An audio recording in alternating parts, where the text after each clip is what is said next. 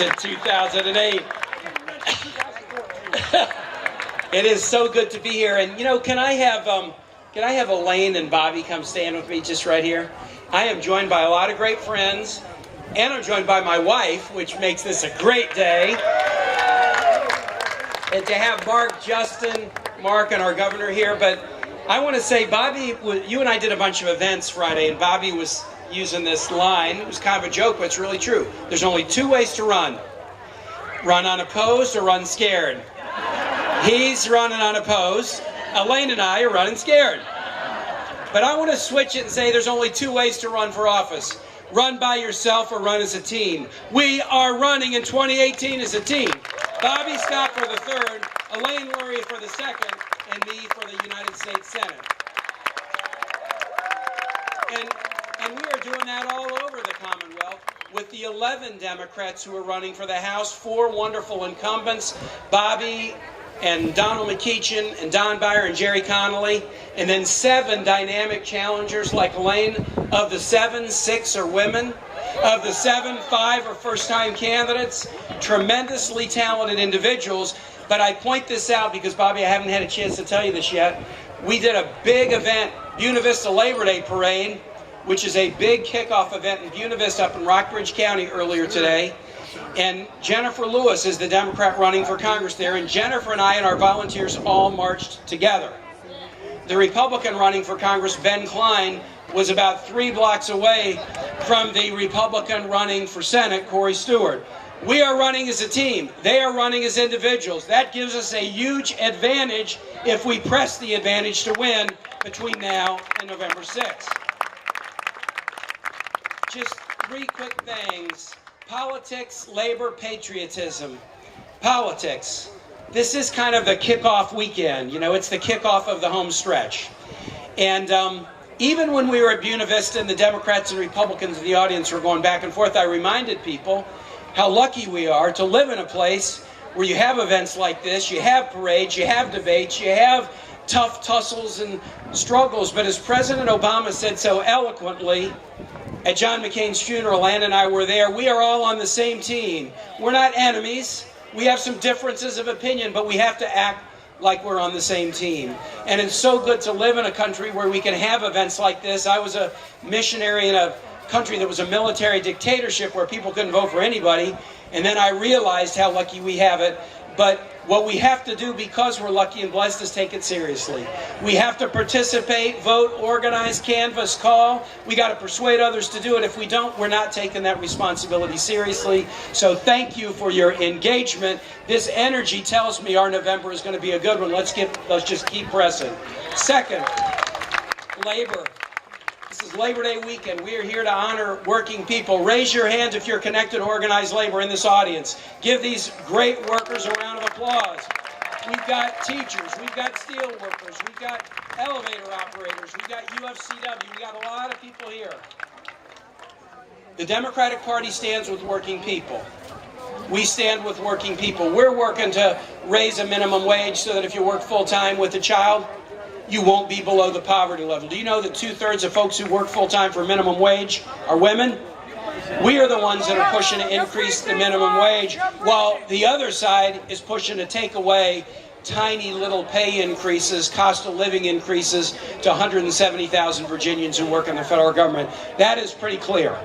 We are the ones that want to do tax reform that's fair to regular, everyday working people, but they are the ones that did the tax bill that was a massive, deep, permanent tax cut for corporations, but tiny, temporary, expiring tax cuts for people, and $2 trillion of debt on top of it. They've got their priorities wrong. We support working people, and we honor them both in our words, but more especially, we work together and honor them with our actions. And the last thing I want to say is about patriotism. Mark alluded to our friend John McCain. McCain was very temperamental, very mercurial, a guy that you could disagree with a lot. I had been in the Senate 2 months on the Armed Services Committee, and unbeknownst to me, I walked into a massive fight with John McCain about shipbuilding in Newport News. He started to browbeat witnesses about cost overruns, and I wasn't going to let that happen. So when it was my turn, I started to prove that these witnesses, if they got to answer the full question instead of being browbeaten, were going to come to the defense of our shipyard workers, and John McCain was wrong. Then he started interrupting me, and by the time it was over, I thought, oh no, I've only been in the Senate 2 months, and now I've alienated the guy who's going to be the chair of the Armed Services Committee. I walked over him not to apologize, but just to see how much bridge building I had to do. And McCain just was like, welcome to the Senate, son, welcome to the Senate.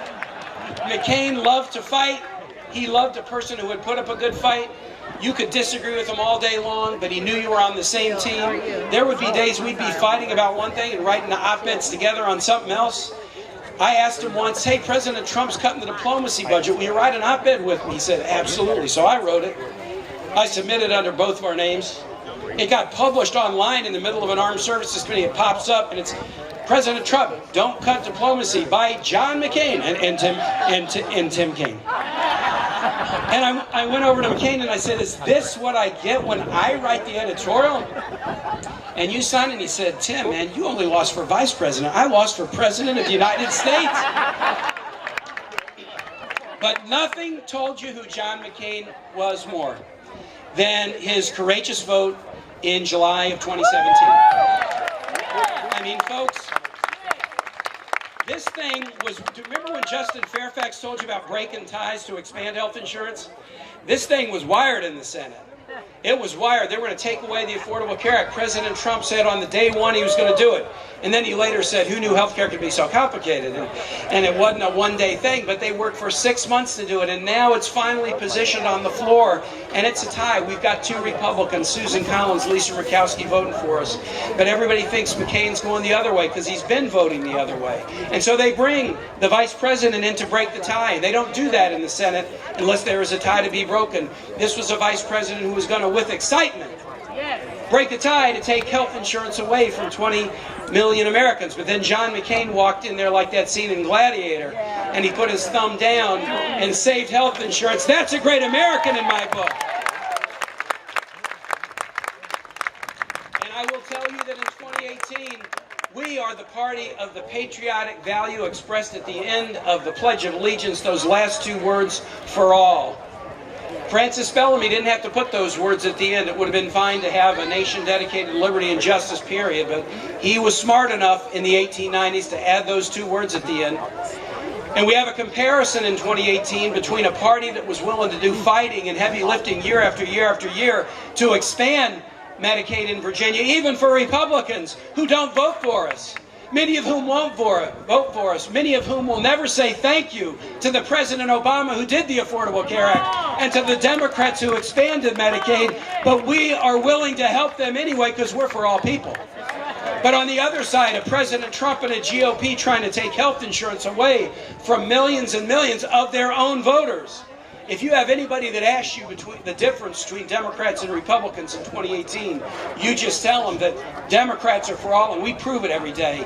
And the other guys, look, the message from on top now is not for all. It's for a few. It's for some. Mostly it's just for him. But we are still a for-all nation. We say that in the pledge every day. And what's on the ballot in November is not Elaine versus Scott. It's not Bobby versus Asterisk. It's not Tim Kaine versus Corey. What's on the ballot in November is us sending a message that we are still a for-all nation. We're still a Virginia for lovers, not haters. We still believe in the equality principle that Jefferson put out there for us to follow. We're a commonwealth, a community. That's what's on the ballot. That's the message we need to send. Happy Labor Day to everybody. Thanks for coming out. Thank you. Thank you. Now, Tim mentioned elections have consequences, and Senator McCain cast the ultimate vote that killed the bill. Well, he passed. And he's going to be replaced by a Republican that's going to come in and vote the other way. And can they call the bill back up to kill it? Elections have consequences. After that vote, between now and that vote, there was an election in Alabama. Jeff Sessions' temporary appointment was voting with the Republicans, but something happened when they had the election to elect the person to fill the unexpired term, and Democrat Doug Jones, because Democrats came out in record numbers, defeated Roy Moore, and he will be casting that vote in favor of health care, and those 2 votes we got are still good. Elections have consequences, and we need to make sure that we let people know those elections have consequences. And I'm going to ask my future colleague to come up and say a few words.